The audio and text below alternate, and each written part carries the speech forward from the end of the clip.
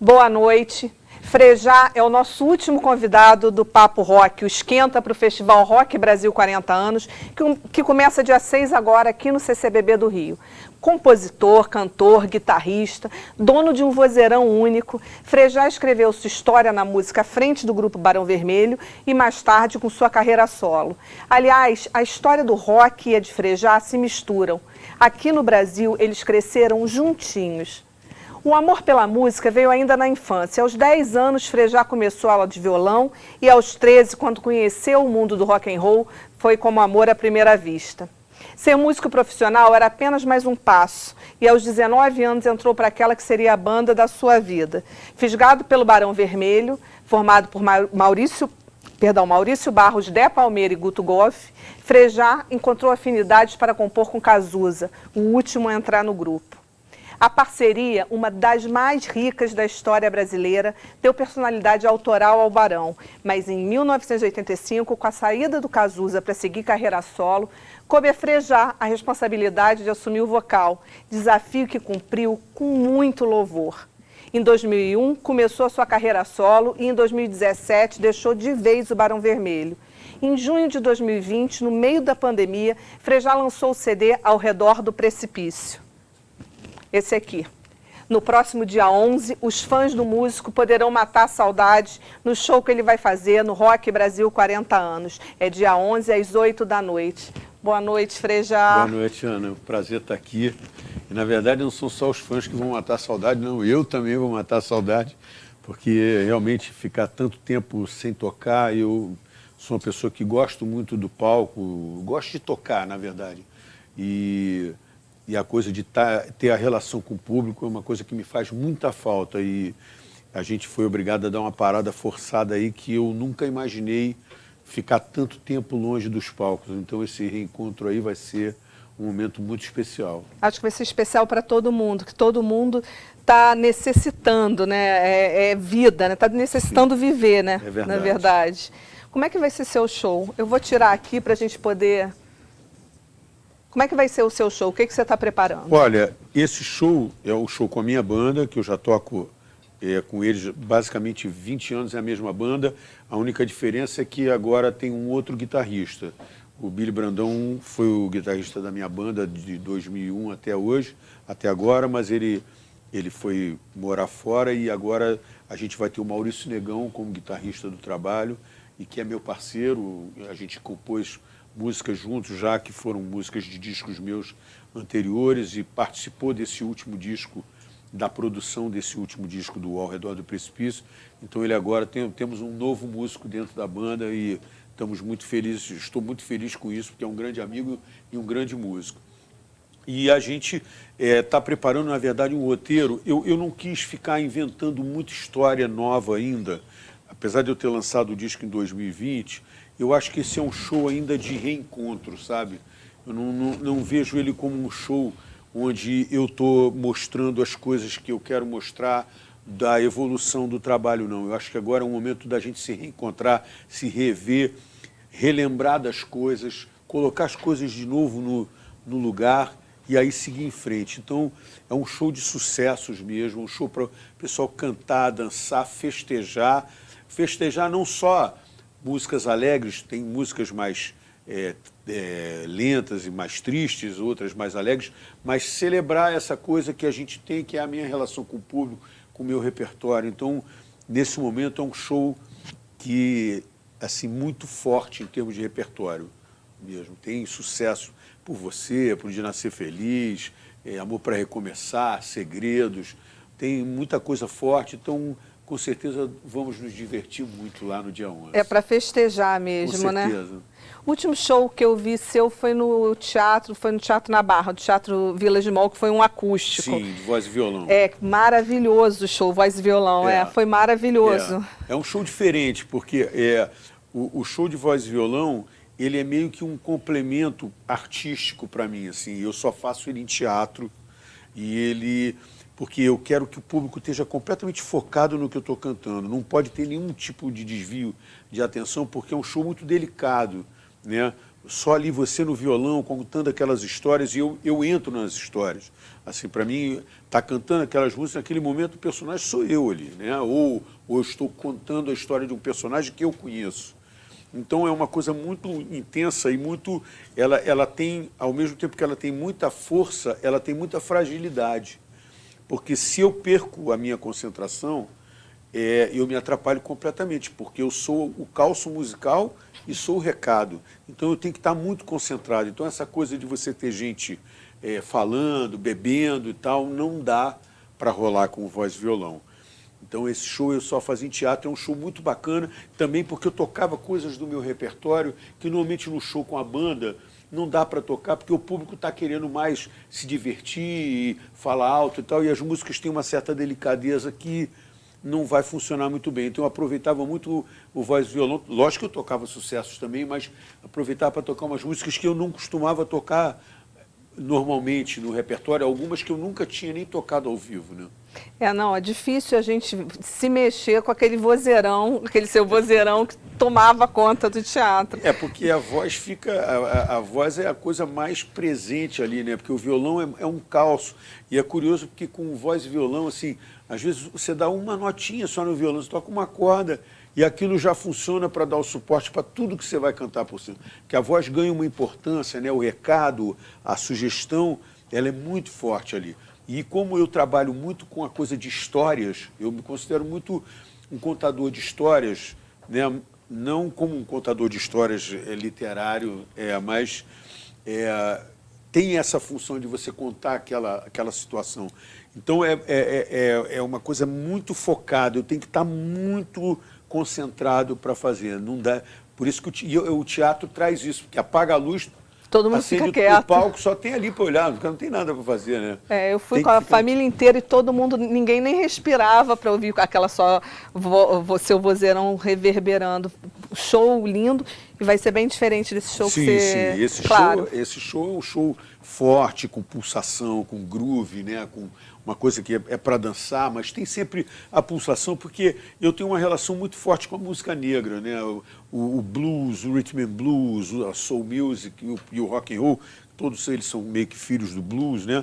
E nessa relação com a música brasileira, então a coisa da pulsação para mim é muito importante, sabe? Mesmo uma música que eu toque lenta, ela vai ter uma pulsação, ela tem uma coisa que está ali, que vai te empurrar, que tem um batimento de coração, né? Tem então, uma batida, né? Isso para mim é muito importante. Eu não tenho essa coisa, a minha música não é etérea, sabe? Não tem uma coisa etérea na minha música. Minha música é uma música visceral. Que tem interação, né? Sim. Porque quando é visceral, ela ataca as vísceras dos outros também, não é só a minha, né? Não sai só da minha, chega nos outros. Então essa comunicação, essa sintonia, ela funciona e aí cria essa intensidade, né? É muito interessante. Mesmo com esse show que você fez no teatro, eu acho que tem essa coisa visceral, porque você tem essa pegada que todo mundo para e se envolve no que você está cantando. E talvez porque até com o violão, mesmo só com o violão, essa coisa da pulsação ainda continua, ela continua existindo. Então, ela vem, a visceralidade vem um pouco disso também. E das histórias, né? Eu não sou uma pessoa que conta histórias fofinhas. As minhas histórias não são fofinhas. Elas são alegres ou são tristes, são felizes, são melancólicas, mas fofinhas elas não são. Fofinhos decididamente não são, né? Freja, a gente estava conversando, seu filho tocou com você, seu filho tem uma banda, mas ele tocou com você no Rock in Rio. Ele vai tocar com você agora no... Olha, a gente fez algumas coisas, eu fiz 2 lives durante a pandemia, na verdade foram fechadas, não foram lives muito abertas ao público, tinha um público específico de quem estava me chamando para fazer aquela live. E naquele momento, foi bem no começo da pandemia, logo, tipo, sei lá, abril ou maio de 2020, né, bem o começo. E aí eu estava em casa, porque desde o começo de março a gente estava isolado, né, foi para o lockdown.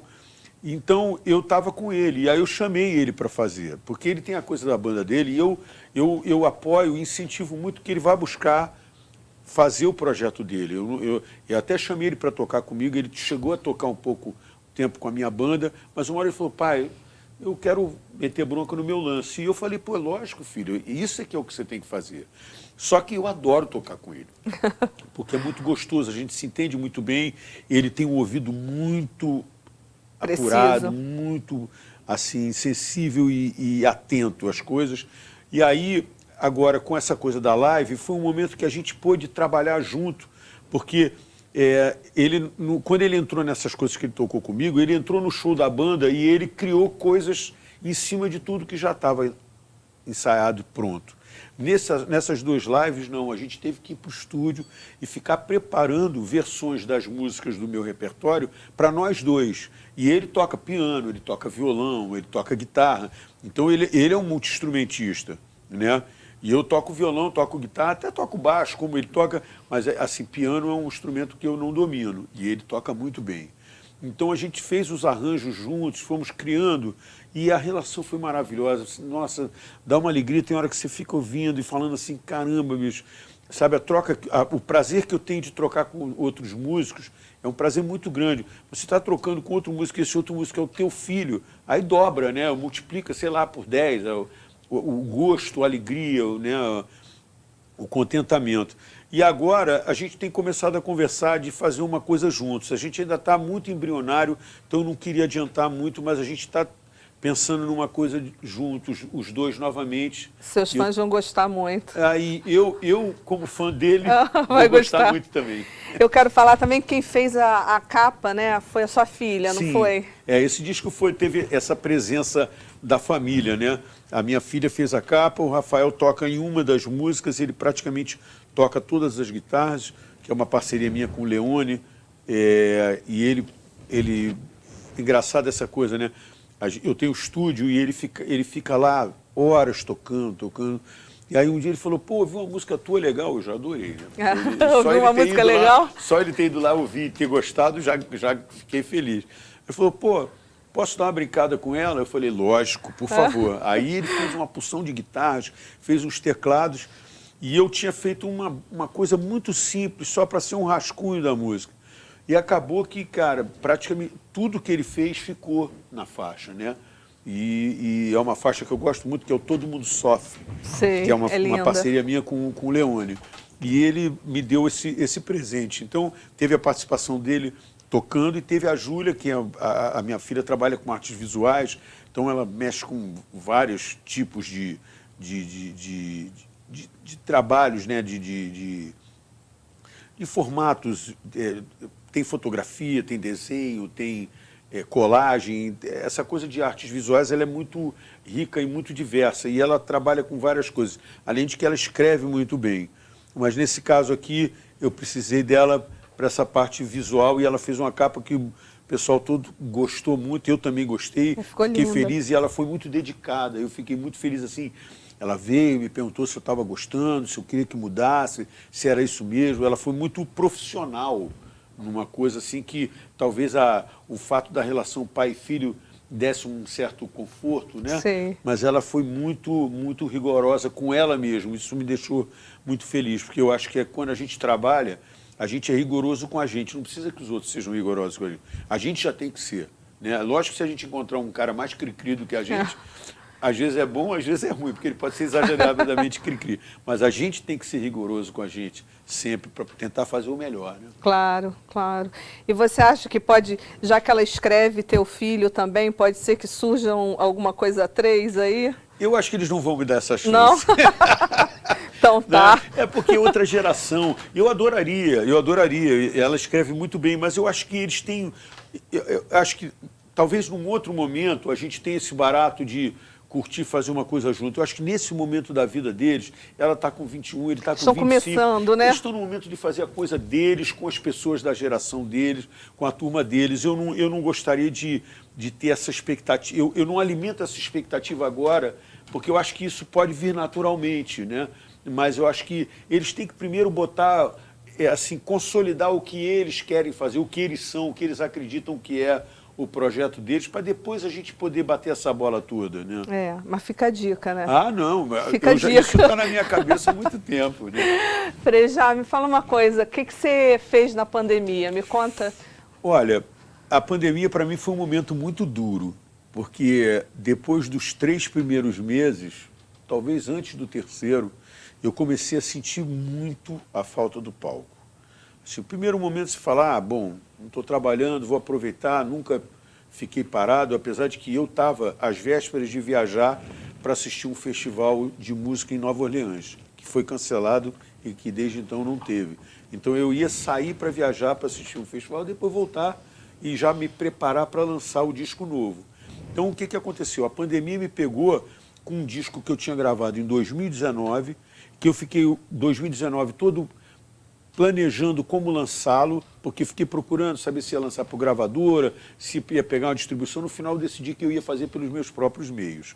E aí montei uma equipe, convoquei, chamei pessoas para trabalhar, fazer o trabalho de apresentação desse disco para o público. E no momento que eu estava gravando o clipe de lançamento da primeira música, entrou o lockdown. Eu falei, eu não vou parar agora. Eu não vou abortar esse disco agora, porque eu não sei quando é que isso volta ao normal. E imagina agora, você imagina, eu não tinha nem ideia, a gente pensava que aquilo ia acabar em julho. Não, né, a gente máximo. achava que quando baixou o lockdown era uma semana, 2 semanas. Mas assim, as pessoas que viam uma coisa mais catastrófica, julho no máximo. Verdade. Né? Então, de repente, eu falei, não, isso já está aqui, ele vai, para mim, ele vai estar muito fora do momento dele. Então, a gente fez um trabalho muito forte de rede social, dentro das plataformas, e foi muito bacana. A gente tive uma resposta muito boa do disco, tivemos um resultado muito bacana, mas ficou faltando o show, que para mim, dentro do processo de apresentar um trabalho, ele é fundamental, porque eu fui criado assim. Eu fui criado fazendo disco para ir para a estrada. Não fui criado para fazer disco e, esse trabalho ficou aqui, vamos agora a outra coisa. Deixa na internet só. Não, e é até bacana você ter essa possibilidade. Eu fiz uma coisa que é só para deixar registrado. Eu não estou a fim de levar isso para a estrada. Mas eu não tenho, eu não funciono assim, ou pelo menos ainda não funcionei assim em nenhum momento. E esse disco não foi feito para ser assim. Era para ir para a estrada. Então ficou essa frustração num primeiro momento, de não poder botar o trabalho na estrada. Então a gente intensificou o trabalho, fez vários lyric vídeos, fez várias ações, a gente tinha documentado todo o processo de gravação do disco, então a gente trabalhou muito isso no sentido de fazer o público entender como é que o disco tinha sido feito, ouvir bem as músicas e tal. Só que depois isso aconteceu, sei lá, uns 3, 4 meses depois do lançamento. O disco saiu em 4 de junho do ano passado. E aí a gente trabalhou aí bastante. Mas antes até do disco sair, já com uns 2 meses, mais ou menos maio e tal, eu comecei a sentir muita falta da estrada. E eu trabalhei muito a minha cabeça para não entrar em depressão, porque eu faço isso desde os 18 anos. Né? Praticamente, sei lá, dos 19, dos 20 em diante, pelo menos eu faço isso com de 15 em 15 dias, posso ter um intervalo maior de show. No máximo um mês, uma vez ou outra, mas assim, era uma coisa muito regular na minha vida, a estrada. E você está em casa o tempo todo, todo mundo em casa o tempo todo, né? Você começa, no primeiro momento eu busquei organizar meus arquivos, então eu fui para o estúdio, tentei organizar meus arquivos de música, tudo que estava no computador, as gravações e tal. Bom, passou aquilo ali. Bom, eu não conseguia compor, assim, porque eu estava com um trabalho que eu tinha acabado de fazer. Então, eu não me sentia estimulado a começar a compor de novo. Eu tenho um certo tempo de resguardo, assim, depois de um disco. Então, eu fiquei ali naquela coisa e até o momento que eu falei assim, não, eu vou sair do Rio, porque o apartamento fica pequeno demais para a família toda junto, meus filhos ficam muito dentro dos quartos quando a gente está todo mundo em casa, então eu vou para a Serra. Eu tenho uma casa que eu e meu irmão temos, que era da minha avó e depois foi passando para minha mãe e agora hoje está comigo e com meu irmão. E aí eu fui para lá e comecei a ficar lá períodos grandes, assim, ficava 20 dias, aí voltava, ficava uma semana, 10 dias no Rio, e depois voltava para lá mais 20, mais 10. E lá eu tinha a possibilidade, primeiro, de estar com as minhas cadelinhas, que é uma coisa que eu adoro. Você tem quantos cachorros? Eu tenho 2 cadelas. Cadelas. 2 cadelas. Qual é o nome? Milu, que é uma rainha que sabe tudo, mais do que todo mundo, inclusive do que eu. E a Colombina, que é uma pirralha peralta, que não sabe nada e é ótimo. E acha que sabe mais do que a Milu. Eu não tenho a menor ideia do que é saber. Ela está ótima, ela não sofre.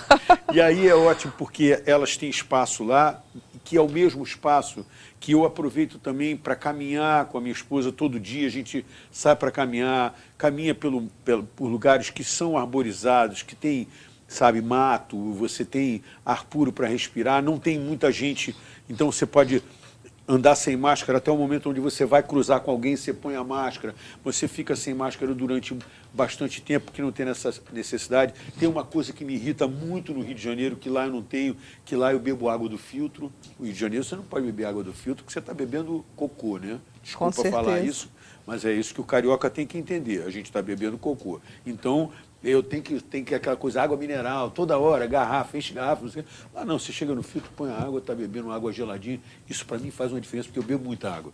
Eu adoro beber água. Então, tem essas coisas. Eu entro em casa, não preciso tirar o sapato para ficar na porta, limpar tudo. Né? Lógico que quando chega alguma coisa que você comprou no supermercado, isso tudo você higieniza. Mas tem certos cuidados que na cidade você tem que tomar, que lá você não necessariamente tem que tomar, porque você está morando numa casa, você vem andando na terra. O vírus do coronavírus, ele morre na terra, né? Não vai aguentar. Antes de chegar na tua casa, ele já morreu. Né? Então, tem uma certa qualidade de vida que eu ganhei nesse período que fiquei lá, que foi o que me salvou, assim, foi o que segurou a minha cabeça. Né? E aí eu tenho uns amigos no condomínio onde eu moro, inclusive o Jorge Rael, é um dos meus amigos, e a gente, depois de um determinado momento, a gente começou a fazer umas domingueiras assim. Tem um outro vizinho nosso que é baterista, o Walter, e às vezes era um dos filhos do Jorge, e às vezes era alguém que estava no baixo, e a gente ficava levando um som aos domingos, assim, só para matar a saudade mesmo. Besteira, todo mundo errando tudo, mas ninguém preocupado em acertar, não é para ensaiar nada, mas só para tocar, porque chegava uma hora que, assim, não ir para a estrada é uma coisa, mas não tocar é outra. É outra. Então, e só tocar em casa com os discos não é a mesma coisa. Então, isso foi o que assim, ocupou meu tempo nesse período aí. Aí, até alguns momentos agora, mais recentes, comecei a compor de novo. Voltei a fazer música e tal, um pouco pressionado, né? Mas é bom porque a pressão funcionou e aí já abriu a porta. Parece jornalista, Frejá, só faz pressionar.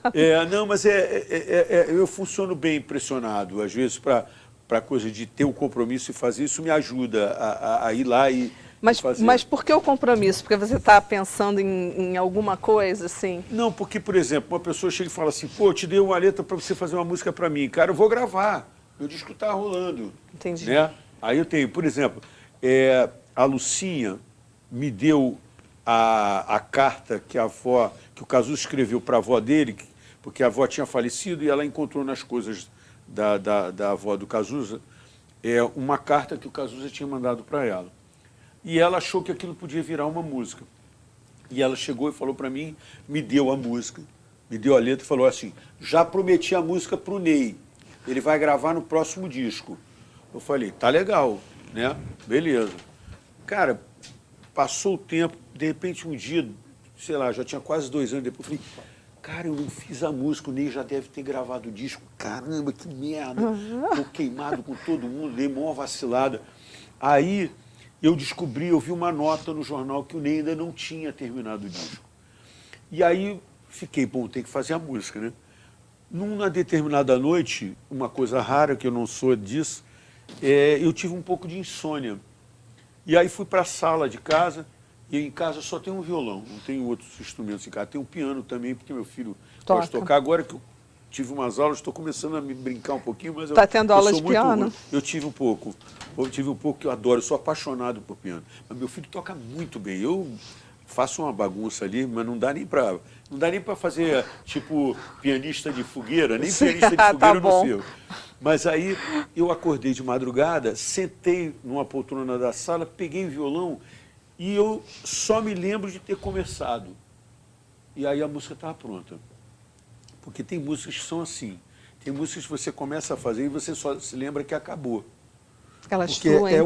É um canal que você abre e aquilo vem e vai vindo, as ideias vêm na tua cabeça e quando você vê a música está pronta. Não tem, assim, você não tem consciência do processo. Tem outras não, que são músicas que você trabalha. E eu acho que o compositor, ele só se reconhece o compositor quando ele encara essas que você trabalha. Porque essas que vêm de inspiração é moleza. Né? Você começa a tocar aí, você começa a ouvir tudo que você tem que fazer, então é fácil. E o Poema, que é essa música, o Poema, que o Ney gravou, é um sucesso na voz dele, foi assim, de repente eu vi a música em 15 minutos estava pronta, 15, 20 minutos estava pronta, ali eu toquei, aí gravei no telefone, e aí mandei para o Ney gravou. Aliás, não, eu fiz um rascunho dela no estúdio, que ele gostou do rascunho que eu tinha feito, da ideia, e aí eu fui fazer a gravação do rascunho de novo no disco dele. Refiz o rascunho. Refez. Né? E aí a música teve uma resposta muito boa. Então, quer dizer, são essas situações de pressão, tipo, caramba, eu tinha que ter feito, né? Aí, rola, e agora? Né? E você agora está dizendo que você tinha voltado a compor só para... mas não é pressão, é para alguma coisa futura. Na verdade foi pressão, porque um parceiro meu, Mauro Santa Cecília, que é um parceiro bastante frequente, meu parceiro em Por Você, junto com Maurício Barros, em Amor para Recomeçar, Sobre Nós Dois e o Resto do Mundo, temos várias músicas em parceria. Ele me procurou porque ele estava fazendo um trabalho com uma artista que ela pediu para ele fazer uma letra para ela, para uma música dela. E ele falou para ela, olha só, eu preferia talvez fazer uma letra e já te dar uma música com letra e música pronta para você cantar. Você se incomoda? Porque ela é compositora também. Aí ela falou, não tem problema. Ele falou, eu queria chamar o Frejá, que é meu parceiro, para fazer uma música junto e a gente dar essa música para você. Aí ela adorou. Só que o compromisso foi dele, né? O famoso bom dia pro chapéu dos outros. Exatamente, ele jogou a bola para mim, mas foi muito legal isso. Eu agradeço a ele, porque ele abriu uma porta, né? Ele desentupiu um canal ali que estava parado e foi bom, porque dali, depois eu já me encontrei com o Jorge um dia, nós fizemos 2 músicas num dia, eu e o Jorge. Numa tarde a gente fez 2, né? E aí foi bacana porque eu senti que agora está fluindo. Na hora que eu parar... Eu sou uma pessoa que tenho muito a sensação assim... eu estou a fim de compor uma música, beleza. Então, eu sei o dia que eu estou bem para fazer a música. Então, eu não vou lá todo dia compor. Tem gente que faz esse exercício, eu acho maravilhoso. Todo dia o cara senta 1 hora na frente do instrumento ou para num lugar e ele fala, eu vou compor uma música hoje. E ele compõe, independente de ter ficado boa ou ruim. Eu não, eu gosto de ir quando eu sinto que eu estou bem para fazer. E eu sei como é que é isso. Então, eu acabo sendo mais irregular nessa coisa, porque não é toda hora que você... Você tem o seu tempo, né? Não é toda hora que você está no astral de ir lá e parar e compor, porque aí se tocar o telefone eu não atendo, se alguém bater na porta eu digo sai, né? Se a cadelinha vier eu falo senta aí, fica aí. E ela senta? Senta. Qual das duas? As duas. São muito obedientes. Nossa... São muito obedientes, elas são fofas demais. Elas ficam te escutando, ficam te... É engraçado que quando é violão, elas gostam, né? E guitarra também quando eu toco sozinho. Mas quando tem música muito alta, a minha mais velha ela é muito sensível ao som alto, aí ela sai. A mais novinha não, ela fica. Eu tinha um labrador mais velho que adorava, ele ficava no estúdio, o tempo todo que você estivesse trabalhando, ele ficava deitado, dormia, às vezes acordava, adorava. O negócio dele era ficar junto. Agora não. E eu tenho gatos. Quantos gatos você tem? Na verdade, eu e minha família, não são só meus. Na verdade, eu gosto muito de bicho. E acho que, na verdade, eu gosto mais de bicho do que de gente, para te falar a verdade.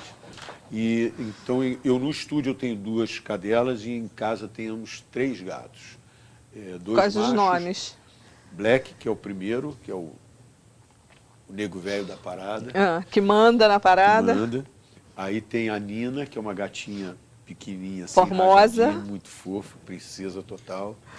E tem agora um novo, que eu peguei durante a pandemia, porque eu recebi um vídeo de umas pessoas dizendo, olha, tem os últimos animais aqui no abrigo municipal que já estão vacinados e estão castrados e a gente precisava doar, precisa que adotem.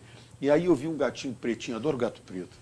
E aí tinha um gatinho pretinho muito lindo, numa gaiola, cara, aquilo me deu uma dor, me partiu o coração. E eu falei, não, minha Vou lá filha já pegar. estava querendo um terceiro gato. Eu falei, mas de jeito nenhum, já tem 2 gatos, não precisa mais gato. Mas quando eu vi aquele gatinho, eu falei, não, eu vou dar isso de presente para ela, ela vai ficar Pra feliz mim, né? e também eu vou ficar aliviado de ver esse bicho livre dessa gaiola. E ele veio e ele é o diabinho da Tasmânia. É mesmo? Nossa, toca... Qual o nome? Veludo. Veludo. O bicho é muito, dá uma interação na família, né? Dá uma paz na casa, muito carinho, né? Muito amor, assim, que os bichos têm pela gente, a gente tem por eles. Eu acho que é uma coisa que é muito saudável. As pessoas deviam ter mais bicho em casa. Frejá, e me fala uma coisa, só voltar aqui ao tempo do Barão, Sim. porque a nossa live tem 1 hora. Sim. A gente tem vontade de ficar conversando a vida Poderíamos inteira, falar mas aqui não. horas sobre todos os assuntos. Você começou muito novo no Barão, né? Qual foi o primeiro grande show, assim? Eu sei que isso está no Wikipedia, mas eu queria que você contasse. Qual foi o primeiro grande show para você? Eu acho que o primeiro grande evento que a gente fez foi o primeiro show que lotou a Praça da Apoteose, que foi chamava-se Rock Concerto. Era um show em benefício da Orquestra Sinfônica Brasileira, que estava em dificuldade financeira naquele momento, e era um show da Orquestra Sinfônica, regida pelo Isaac Karabchevsky, o coro do Teatro Municipal, Barão e Blitz. Nós todos juntos. Era um roteiro e tudo isso dirigido, tinha a direção musical do Guto Graça Mello. E foi um evento muito bacana, uma apoteose para 35 mil pessoas, que na verdade era a lotação que ela dava só com aquela praça ali. Na verdade o show foi ao contrário, eu acho. Se eu me lembro bem, a gente não tocou como depois começaram a ser os Hollywood Rocks, que tinha aquela coisa do Niemeyer, porque eu acho que naquele primeiro momento talvez não tivesse ainda, porque eu acho que aquilo foi feito um pouco depois. Aquele arco, né? Aquele arco. Então a gente tocou, na verdade, daqui para lá.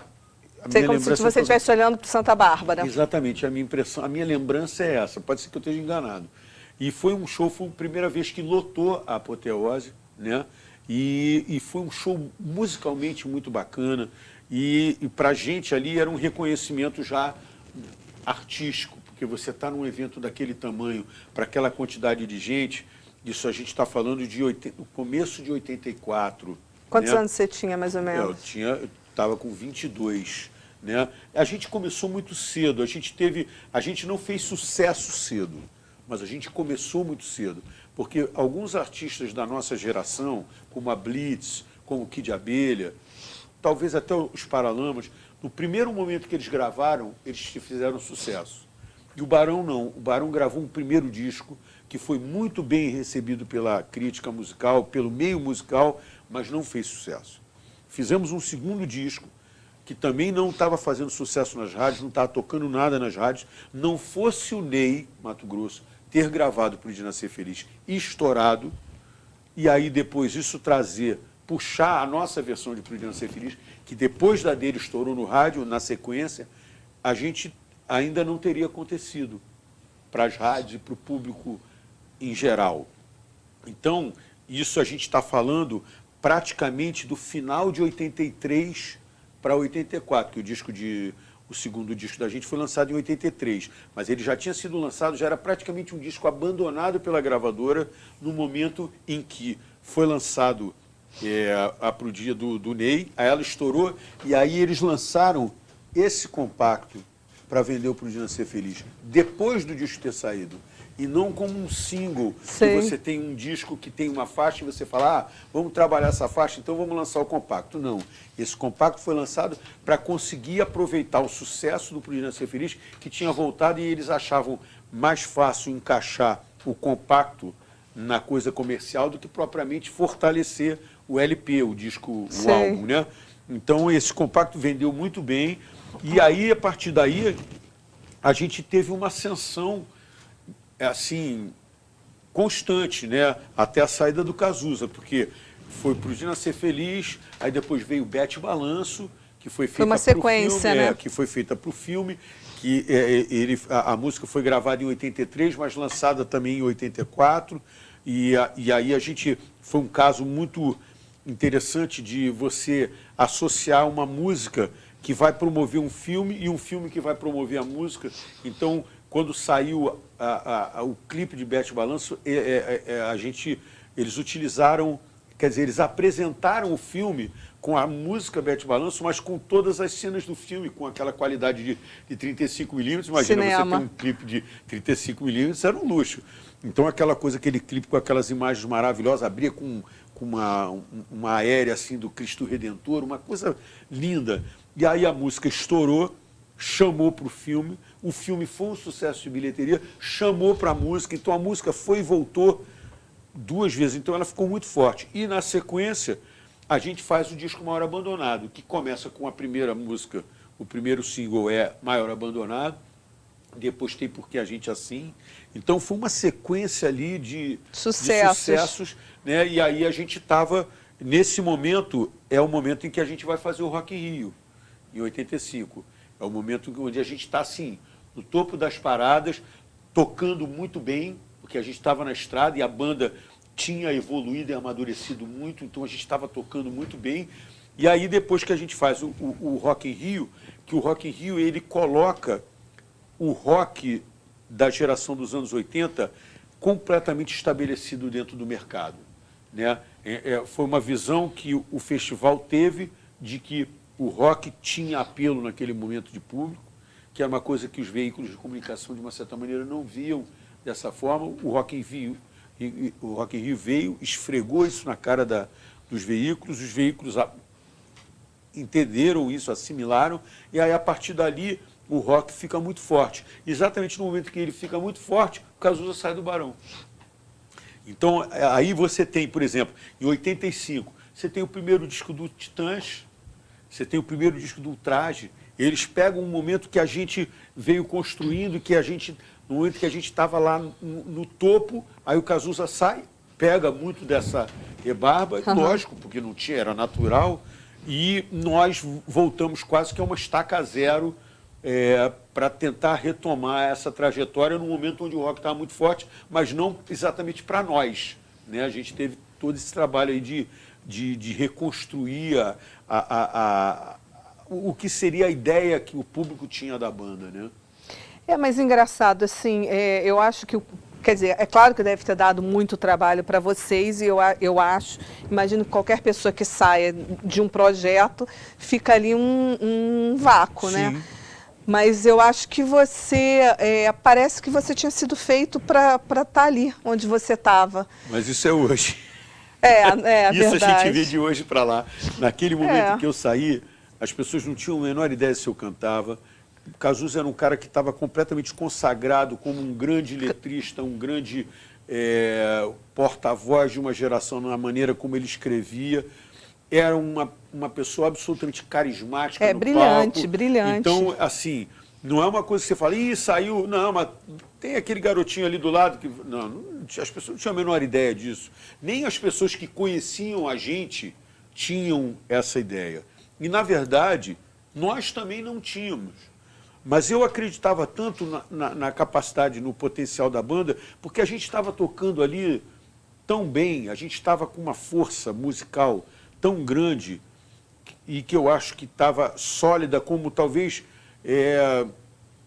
quase nenhum grupo da nossa geração estava naquele momento, que a gente estava vindo da estrada, a gente estava muito agulhado, a gente estava muito forte musicalmente, que eu não tive dúvida que a gente teria condição de se reconstruir, mas eu não imaginava o tamanho do desafio, graças a Deus, porque isso me fez não ficar tão receoso de encarar a bronca, porque era uma senhora bronca. Mas eu acho que a minha confiança eu digo, mas eu acho que essa confiança se refletiu em todos, porque todos acreditaram, estávamos todos nós envolvidos nesse trabalho de reconstrução. Isso fez a gente meio que passar por cima da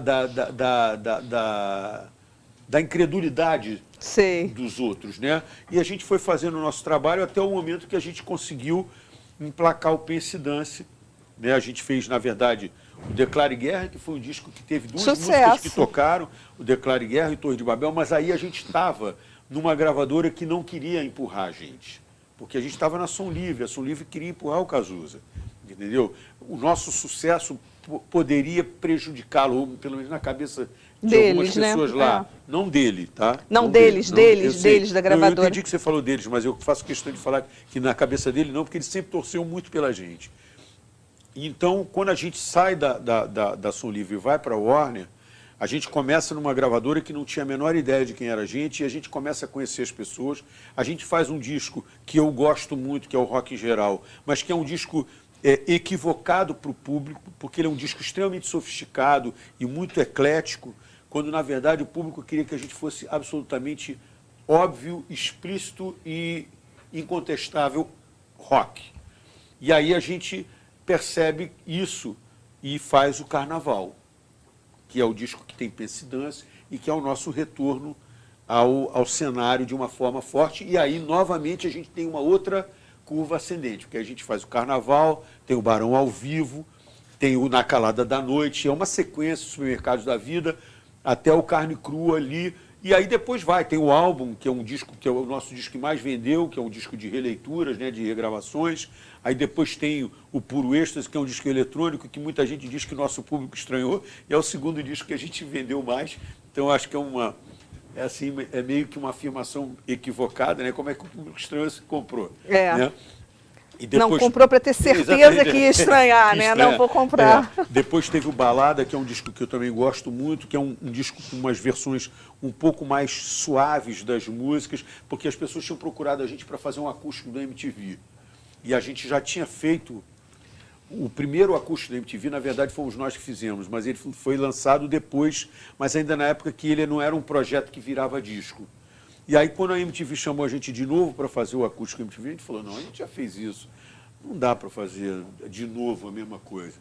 E aí a gente fez o Balada, que era um outro projeto que eles tinham, que não tinha obrigação de ser todo acústico. Então ele foi majoritariamente acústico, mas não era radicalmente acústico, né? Foi um disco muito bacana, e aí a gente parou, fez o Rock in Rio de 2001, que foi um show histórico do Barão, 20 anos de banda, e aí a partir dali a gente dá uma pausa para eu começar o meu trabalho. Né? E aí você começou... Aí eu gravo o Amor para Recomeçar, que é o meu primeiro disco, que é justamente a gente fez em janeiro ou fevereiro de 2001, esse show do Rock in Rio, e paramos porque já desde 99 eu tinha avisado a banda que eu queria fazer um trabalho solo. Comecei a fazer o trabalho, e quando eu comecei a fazer o disco, eu comecei a perceber que, na verdade, era muito mais complexo do que eu imaginava. Eu achava... Porque quando eu decidi fazer o meu disco, eu pensei... Foi um dia eu estava caminhando assim na praia, e eu pensei assim, cara, eu já produzi discos, eu componho, eu toco, eu canto, eu tenho uma visão minha, e tem determinadas coisas que eu gostaria de fazer que, de repente, eu não gostaria de impor à banda, de fazer do meu jeito. Eu acho que seria muito ruim para a banda. Então, eu acho que eu tinha que fazer uma coisa minha. Só que quando eu comecei a fazer, eu percebi que achar essa minha voz, essa minha cara, separado da banda, era muito mais complicado, muito mais desafiador do que eu imaginava. E, nesse sentido, o Tom Capone foi muito importante, que foi o produtor de uma parte do disco. O disco é dividido entre o Tom Capone e o Max de Castro. Mas o Tom foi muito importante, ele era o diretor artístico da gravadora na época, e ele me ajudou muito a entender o que eu precisava fazer para ser um cara que, de repente, falava, não, frejar no Barão é uma coisa, o frejar ali é outra. Outra cara, né? E aí isso foi muito importante, porque aí ele deu a linha para eu... Ele me deu assim, uma luz para eu poder enxergar qual era o meu caminho a partir dali. E aí, depois disso, eu fiz um segundo disco, que é o Sobre Nós Dois e o Resto do Mundo, que é um disco que eu gosto muito, e aí voltei para o Barão para fazer o disco de 2004, que é um disco que eu gosto muito também. É o último disco autoral que a gente fez, e é um disco que eu gosto, assim. Eu hoje não consigo ver, e esse foi um dos motivos pelos quais eu tive discordâncias com os meninos do Barão, eu não conseguia me ver com a banda toda fazendo um disco inteiro. Eu conseguia me ver fazendo uma música para justificar uma turnê onde a gente ia celebrar essa obra que a gente tinha construído de 35 anos de história. Mas a banda não, a banda queria continuar e queria fazer discos, e queria estar na estrada permanentemente, e eu achava que não era esse tratamento que eu queria dar à nossa história. Então, a nossa discordância basicamente foi essa. Por isso que em 2017 eu me desliguei, não teve brigas, ninguém saiu se xingando, absolutamente, né? Seria bastante até redundante isso em bandas, mas não é o caso, a gente se gosta, a gente é amigo, torce um pelo outro. Então, na verdade, foi muito por conta de uma visão estratégica. A minha visão estratégica era diferente da visão estratégica dos outros. Vocês cresceram e aí, em um... assim, eu não quero impor a minha a eles, mas também não quero ter a deles imposta a mim, então achei que era melhor me desligar.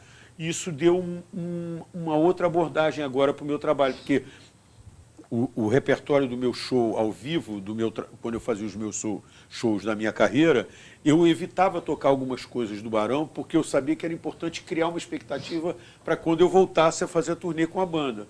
E agora não tem mais essa possibilidade. Então, hoje tem várias coisas que eu sou compositor e que eu fiz para o repertório da banda, e mesmo músicas que eu cantei que foram sucessos na minha voz, que eu acho que é importante quando a pessoa vai me assistir, ela quer ouvir aquilo, né? Claro. Então, assim, Puro Êxtase, por exemplo, não é uma música minha, é uma música do Maurício do Guto, mas as pessoas conhecem Puro Êxtase na minha voz, né? Então, assim, eu dizer, não, nunca mais vou cantar Puro Êxtase, já que eu não vou voltar para o Barão, então nunca mais vou... Eu acho que seria um pouco radical demais. Então, acho que o meu repertório acabou ficando mais rico, ficou maior, né? Não, e Puro Êxtase, apesar de não ser sua, a gente... Porque você fica associado à canção, né? Completamente associado. Isso, inclusive, às vezes é um problema, porque as pessoas imaginam que quem canta a música é quem fez. Exatamente. E é um grande erro, porque muitas vezes, mas muitas mesmo não é, né? Eu já tive essa questão quando eu era o compositor da música e outra pessoa que tinha gravado, e aí eu dizia, não, essa música é minha. Que nada, essa música é fala tal, sério. né? Então tem essas coisas... tem uma situação muito engraçada. Um dia eu entrei no meu estúdio, e o meu antigo estúdio, ele tinha virado o escritório da minha esposa.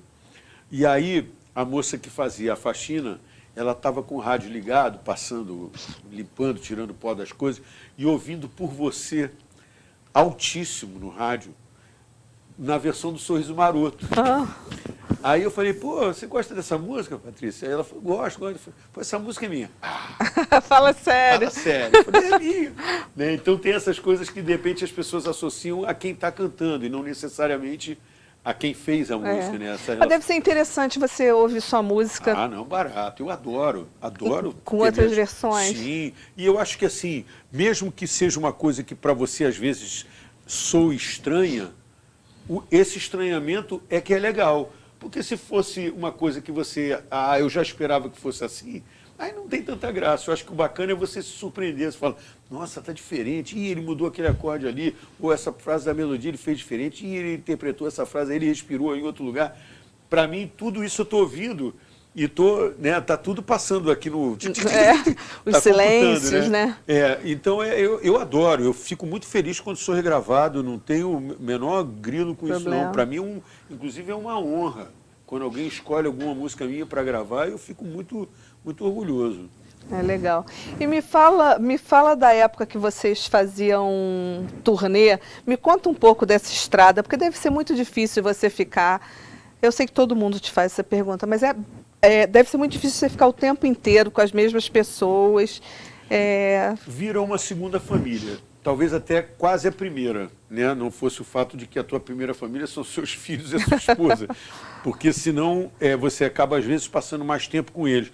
Mas eu vou te falar que nós no Barão, nós sempre fomos muito amigos entre nós, e a gente se divertia muito. E a gente também, com o tempo, aprendeu o que cada um gosta. Então, se você gosta de fazer um negócio e o outro não gosta, você chama o outro da banda que gosta e vai com ele. Entendeu? Então, se você acorda cedo e gosta de fazer um outro negócio e dar uma caminhada na praia, uma cidade de praia que você chegou, você só liga para aquele que você sabe que gosta de caminhar na praia também. Você não vai acordar o outro que, dorme tarde pra caramba e vai acordar e vai ficar... pau da vida contigo, que você tocou o telefone dele na hora que ele estava no melhor do sono. Então, essa coisa de banda tem um companheirismo, sabe, que eu acho que é fundamental. E isso, para mim, se mantém até hoje. Mesmo não estando na banda, eu tenho esse mesmo carinho com eles. Mexeu com eles, mexeu comigo. Entendeu? Eu não vou ficar nem... Se eu souber que alguém prejudicou, tripudiou deles, eu vou... Esse cara comprou uma bronca. Entendeu? Porque não, é uma coisa de lealdade, de cumplicidade muito grande, sabe?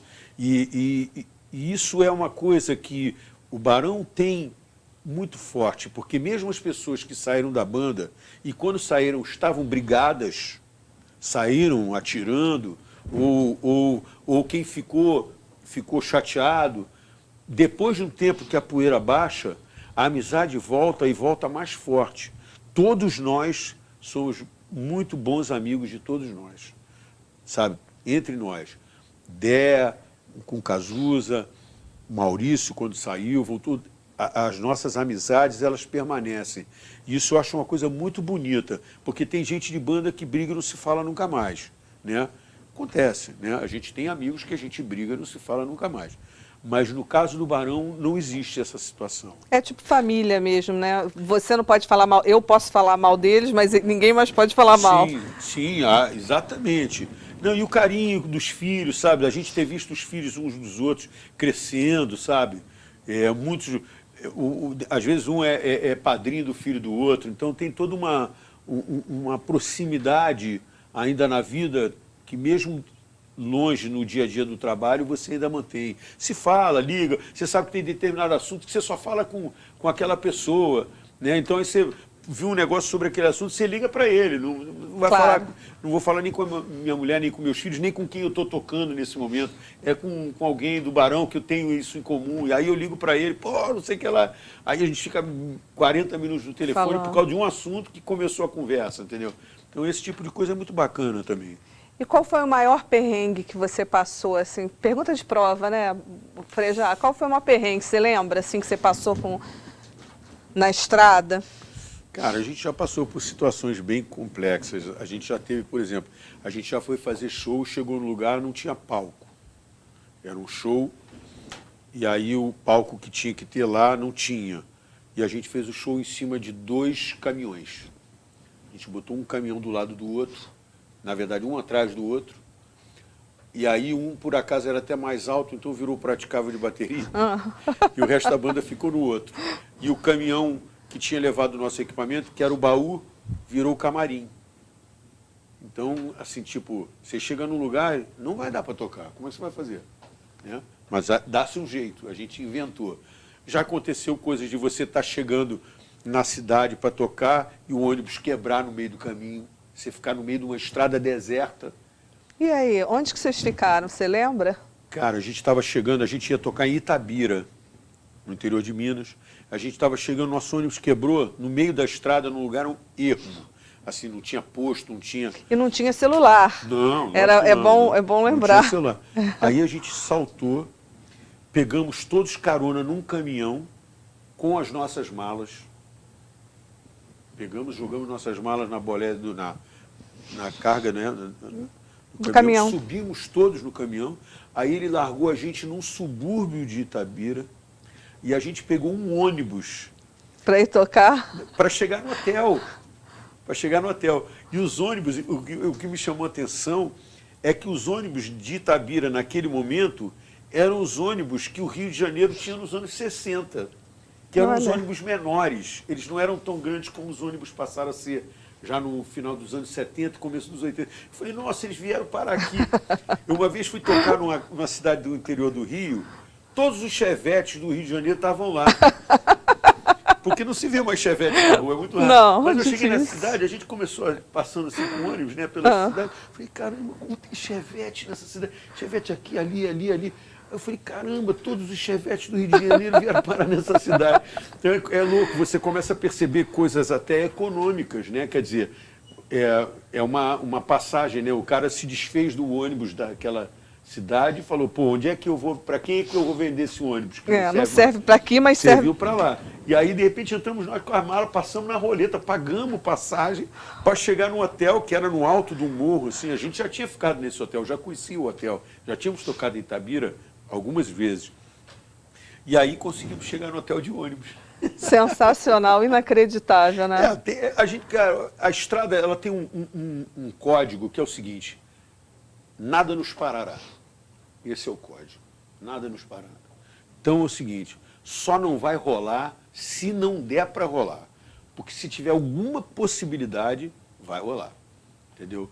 E isso foi uma coisa, por exemplo, que fez a equipe dos Rolling Stones nos respeitar muito.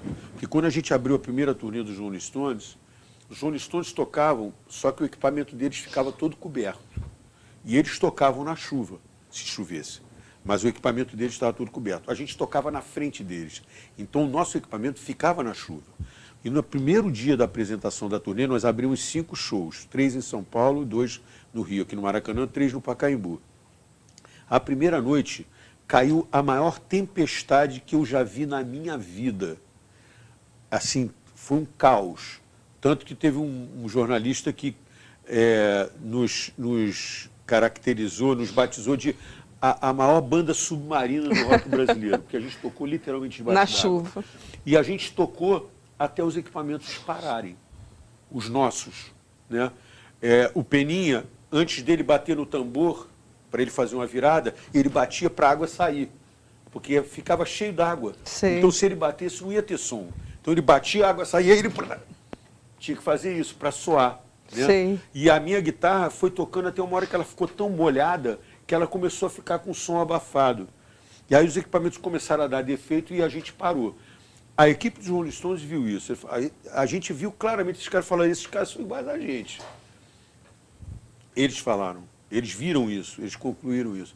Esses caras, e a partir dali a gente teve um tratamento muito bacana por parte deles. Porque os caras viram que é a mesma raça. Claro, né? tá na estrada, né? né? A raça de estradeiro. Isso aí é uma coisa...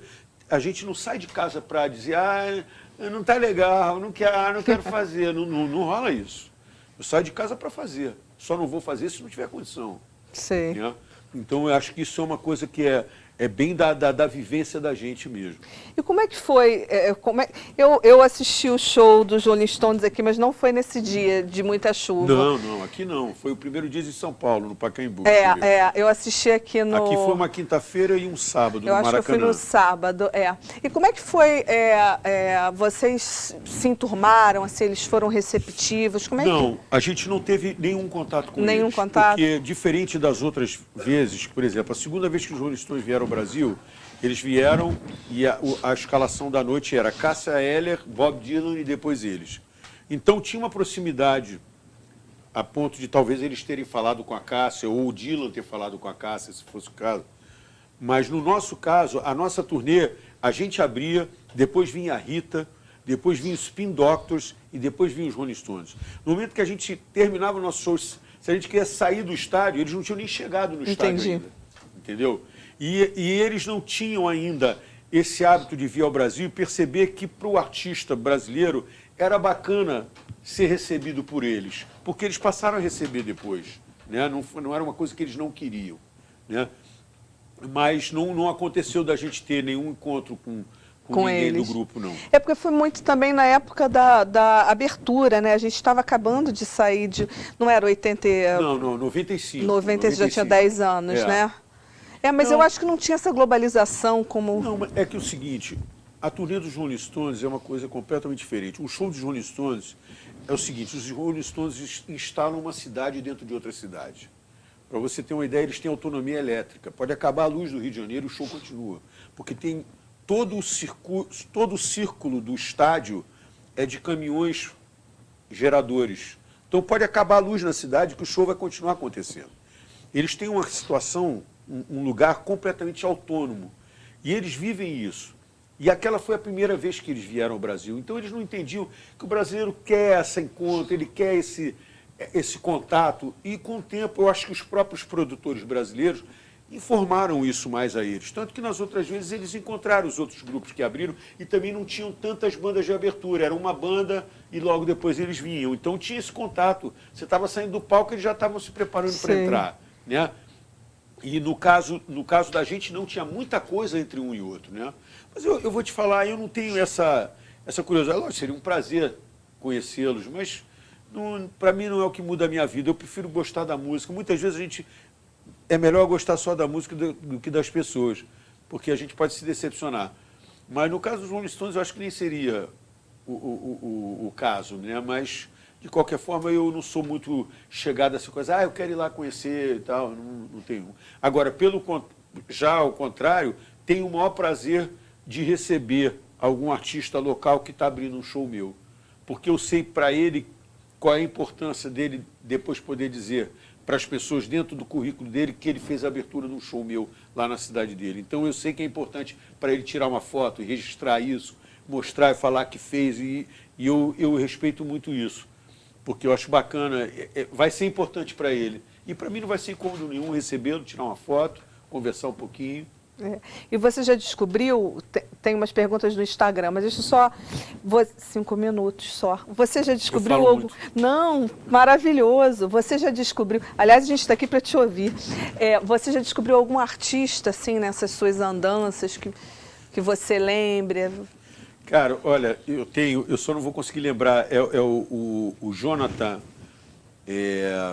que ele é lá de, eu não sei qual é o estado dele, mas ele está em São Paulo agora. Mas eles são nordestinos, eu não sei se ele é do Ceará ou se ele é de alguma cidade do Nordeste, de alguma capital do Nordeste, mas na verdade eu fui fazer um show no Sesc do interior de São Paulo, acho que era Presidente Prudente. E aí a gente chegou, foi para o camarim e aí estava rolando o show deles.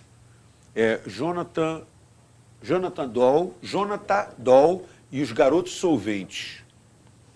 Maravilhoso, eles têm vários discos. Depois descobri que até o Cassim já tinha produzido um disco deles. Mas eu cheguei no lugar, fui pro camarim, aí eu falei, tá rolando show de abertura e tal, espera aí um pouquinho. Aí comecei a ouvir aquele rock and roll, falei, pô, tá legal esse som, vou lá. Quando eu cheguei no palco, assim, no bastidor, bom, a plateia não conhecia o som deles, porque eles eram uma banda lá do Nordeste que estava tocando no interior de São Paulo. Então, você imagina? Cara, eles estavam fazendo uma bagunça, a plateia estava eufórica, o nego estava alucinado, e eu vi aquela garotada tocando com tesão, que aquilo me bateu na hora, me fez um flashback da minha vida, eu me vi ali, garoto, com aquela vontade que eles estavam no palco, aquilo me fez um bem, mas foi tão legal. bom, eu fiquei tão emocionado, que depois eu fui no camarim, eu falar com eles, eu falei, cara, vocês não sabem o bem que vocês me fizeram. Na hora que eu cheguei aqui hoje, para mim vir fazer o show, eu adoro fazer show, mas quando eu vi vocês, eu lembrei de mim, garoto, e isso me fez tão bem. E depois eles vieram fazer um show aqui no Rio, até numa noite que a banda do meu filho abriu. E foi novamente maravilhoso. Fizeram outra performance. Aliás, foi uma noite de 4 bandas novas, todas sensacionais. Foi e eles onde? fecharam no Circo Voador. Era um dia de proclamação da República, então era República, era o nome da festa, Festa República. E eu acho que era um 15 de novembro, uma coisa assim, que era o show. E foi maravilhoso. Uma noite tinha o Amarelo Manga, do meu filho, e tinha mais 2 bandas no meio, e aí depois vieram eles. Ou tinha uma banda só no meio, agora não estou lembrando. Mas todos muito bons músicos, boas canções. E eu fiquei muito vibrante, feliz. né? Vibrante. E você vê uma garotada fazendo trabalhos bons, entendeu? Porque tem uma geração, quando as pessoas me perguntam assim, pô, mas não estou ouvindo nada de legal no rock, o rock... Cara, tem muita gente fazendo música boa, tanto no rock quanto fora do rock, mas dentro do pop rock, que não é um segmento que está forte hoje dentro do mercado, mas... Tem muita gente fazendo coisa muito legal. É só correr atrás, porque se você correr atrás, você vai achar. Se você gostar, você tem um caminho, tem que ter né? a curiosidade de procurar, sabe? Procura gente que você sabe que gosta disso, vê o que ele está gostando e vai lá escutar, descobrir como é que é, né? Hoje é mais fácil do que na nossa época. Muito né? mais. Tem uma pergunta aqui no Instagram, como foi a emoção de tocar na reinauguração do Circo Voador depois de tanto tempo fechado? Tocar no circo é sempre um grande prazer, porque o circo é um lugar importante na nossa vida, na vida do Barão, na minha vida. É um lugar onde a gente construiu a carreira da gente, onde a gente tem pessoas queridas que trabalham lá desde o começo. E é um ponto muito importante dentro da cultura da minha geração. Os anos 80 foram construídos no Circo Voador. A música, a arte dos anos 90, a música, o teatro, a dança, a poesia, muito disso, lógico que não tudo, mas muito de todos esses segmentos foi construído no Circo Voador. Então é um lugar muito importante, muito caro para mim, assim. Legal. E um minuto só, tem tanta pergunta para te fazer, Frejá, desculpa. Se eu soubesse, eu tinha aberto para as perguntas. Eu quero te agradecer pela conversa de hoje. Deixa eu só fazer uma última pergunta, que é o seguinte. Das suas músicas todas, existe alguma assim que você tenha, que você goste mais? Me perguntaram no Instagram. Não, música é que nem filho. Você não tem filho favorito. Quer dizer, tem gente que tem, mas eu não tenho. Tem uma música que eu tenho uma admiração por ela. Não é por mim, mas eu tenho admiração pela música. Porque eu acho que ela é uma música que tem uma letra muito linda e muito sofisticada. E eu tenho orgulho de ter feito. É lógico que eu tenho outras músicas que têm letras muito boas e tenho parceiros maravilhosos. Mas é o Todo o Amor Que Eu Vejo Nessa Vida, que é uma parceria minha com o Cazuza do primeiro disco do Barão. Eu acho essa letra muito linda e por conta disso ela tem um lugarzinho especial, mas não é a favorita, ela só tem um lugar especial. Muito obrigada, muito obrigada. Agradeço, muito obrigado pelo convite, é um prazer falar contigo. Muito obrigada mesmo, a gente está fechando o Papo Rock, esse foi o último Papo Rock, pessoal. Espero que vocês tenham gostado das entrevistas que fizemos aqui com as personalidades do rock brasileiro. Se você perdeu algum, acesse o YouTube do Rock Brasil, que todas as entrevistas anteriores já estão disponíveis por lá.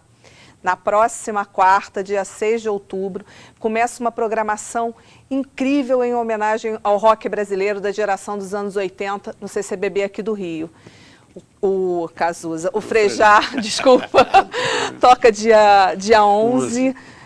Estamos todos muito apreensivos. Então, acesse as redes sociais do Rock Brasil 40 anos para não perder nenhuma novidade.